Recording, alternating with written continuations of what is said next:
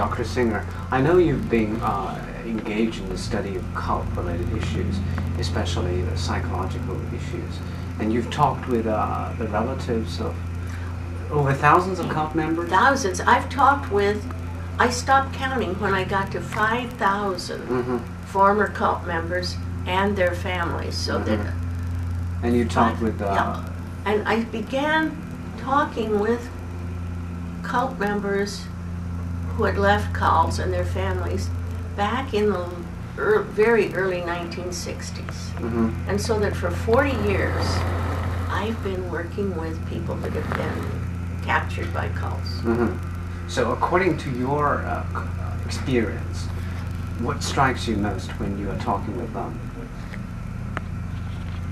With the parents, with the relatives, and with relatives ex-members of and ex-members of U.S. people who've gotten into cults.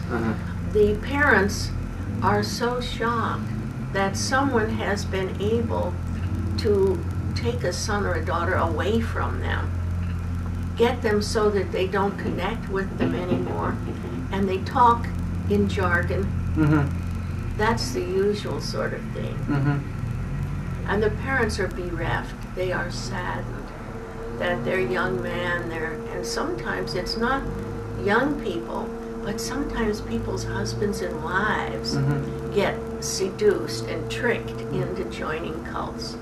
And see, part of the work I've done all along is to try to show people here in the United States that cults don't go out and recruit openly. Most cult recruiting is very deceptive, in which you don't know when you join brand A cult that it's a cult. You think it's this new international living group. Seemingly it's not that. It doesn't seem like what it ends up being. So that for 40 years I've been pointing out that I've learned that the recruiting into cults tends to be deceptive. Once you get into the cult, they have developed more organized and I think destructive thought reform programs. So just a few years back I started getting calls, and to date I've been called by 75 mothers, fathers, brothers, sisters of people who have gotten into Falun Gong. And I have read all the literature I've been able to find of translations of Li Hongzhi's stuff. And I haven't talked with anyone that's left the cult. But the parents, what they describe to me is, first of all, their shock that someone from a Chinese family would break away from hundreds and hundreds of years of family affiliation to go so against the grain of their cultural background. And then the second thing that these mothers, fathers, brothers, sisters have told me, only 3 of these 75 families said when I asked them, is your brother, your father, whoever, Chinese or Caucasian? Only 3 of them were Caucasians. 72 of the 75 were Chinese. And the brothers, sisters, mothers, fathers told me the first concern was that the son or daughter had just disappeared, didn't talk to them when they called on the phone, didn't come home to visit, and was really estranged and pushing them off, which was so against Chinese tradition. And from my readings and from what these people have told me, Li Hongzhi just took the little exercises, Tai Chi exercises and the breathing, and used those as sort of a front piece to lure people in. And then he takes them down the garden path, as we put it, to believing everything he tells them and that they cannot differ from it. And these, I don't know how many months ago it was that families started calling me because they've seen me on television in the San Francisco area a lot talking about cults and about mind control, brainwashing, various kinds of scams and trickeries, because that's the area I've been studying all of these years, how people influence and trick one another. And so Chinese families got very concerned, and up till now, 75 different families, because I say to them, have you called me before? And they'll say, no, this is our first call. And it will be mothers, fathers, brothers, sisters, who are telling me that one member of their family has been recruited into Falun Gong. And they're either on the West Coast, very near San Francisco, because we have a very large Chinese popular community there. And then some of them have been calling from up in the Boston area because they got my phone number from relatives in San Francisco that had seen me on the TV talking about how to help people get out of cults and so on. And what the parents and brothers and sisters of the Falun Gong members are concerned about is, first, they're saying it's so against thousands of years of Chinese tradition to drop your family, to just dump your family. And once they get with Falun Gong, they're gone. The young adult or person of any age just abandons the family because the Falun Gong people replace their real family. Then, secondly, these family members say, our brother, our sister doesn't talk with us anymore. He lectures at us. He has canned, rehearsed, memorized speeches of Li Hongxi that he just recites at us if we visit him or if we call him on the phone. He just recites. And they say, we can't communicate with our family member. He just lectures at us. Then the third thing that they are very worried about is that Li Hongxi tells his followers to stop taking medicine.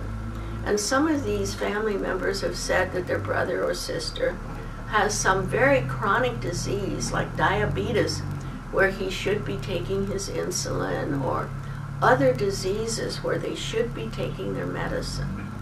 And they're very afraid that their relative will just get sick and die because they've read, and you know, they get on the internet and see how many people have died in China that have been followers of Li Hongxi.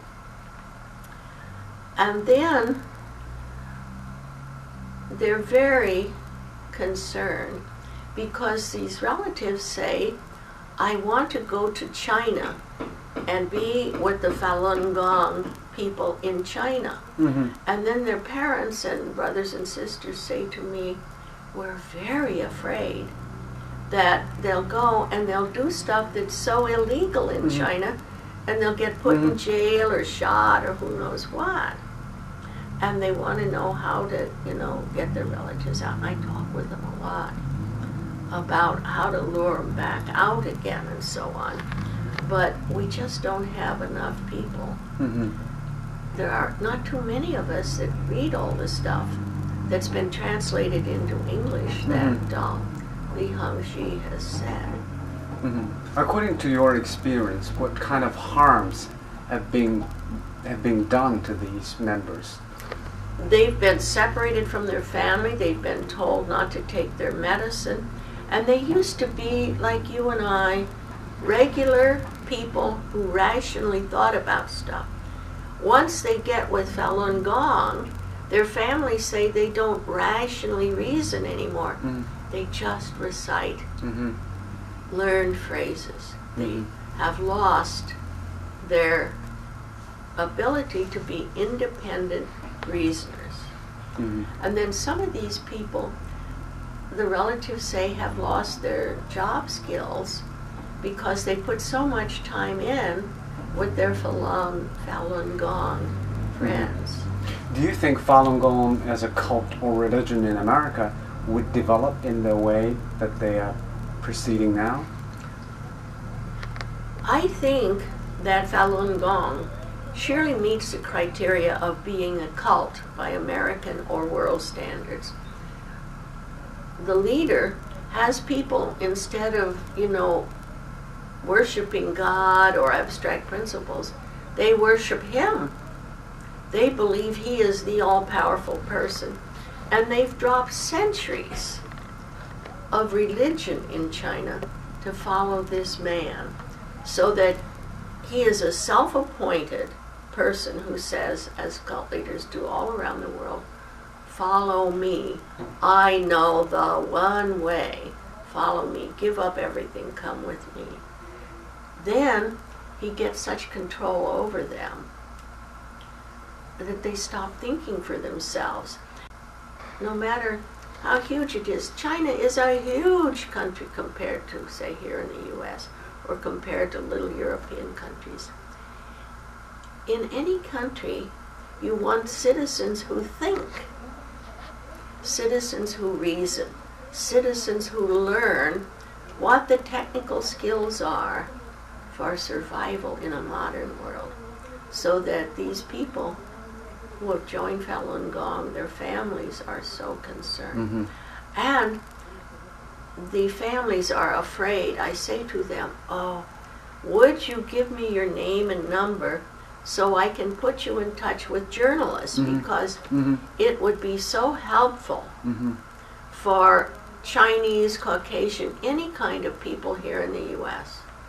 to get a true picture of who Li Hongzhi is, how his group operates, the propaganda that they put out. They say, oh, we can think for ourselves. It's just the stuff that every cult leader here in the U.S. tells his followers to believe. And it's started by the self-appointed leader. He has total jurisdiction and control over their behavior, their conduct, their thinking. Right. Why generally the American people are more concerned about the treatment of Falun Gong by the Chinese government rather than the harm and the influences of these thinking on the people, normal people? I think that the American public has not read the material that a few of us have, that's in the international press, that you get off of the web, and find what do the Chinese people know about Falun Gong, what happens to Falun Gong followers. And see, here in the U.S., people get, as we say, real turned on about religious freedom. And I just have not seen that Falun Gong is a religious freedom issue. I think this was a guy who was very clever, very bright, very manipulative, and he set himself up to sell enough tapes and books and writings, and he got himself over here to the U.S., where he's away from the Chinese government and from people that he's manipulating over there. He's living up here in New York somewhere. And that looks very suspicious. But you see, I think the average reader here in the United States of the newspapers or the watchers of TV think that it is religious persecution. And I've read, and I've been on programs a year ago with 2 Chinese scholars who live here in the U.S., who read it in Chinese and English both, what the Falun Gong people are putting out. And they read the Chinese press and the translations. I don't see it as a religious freedom issue at all. But you see, as long as the American public doesn't understand the real details of Falun Gong, they will think that it's as if here in the United States someone was picking on a regular Buddhist church in downtown Oakland or a regular Catholic church in San Francisco. And from what I read, that is not the situation. And I try to explain to people, they think I must be out of my mind. I say, no. I've been studying how people self-appoint, trick people into joining them, and then giving them money and promoting wealth and power. If you're going to start a cult, that's what you want to get. wealth and power. Right. And I said, I've studied at this point 5,000 different cults. Are you optimistic that the cults will be controlled and will be supervised in the coming 21st century? I just don't know. I think the Chinese government has to get a lot better public relations over here. Real good stuff into our press and TV so that it makes Falun Gong visible as it really is. One more of the thousands of cults in the world.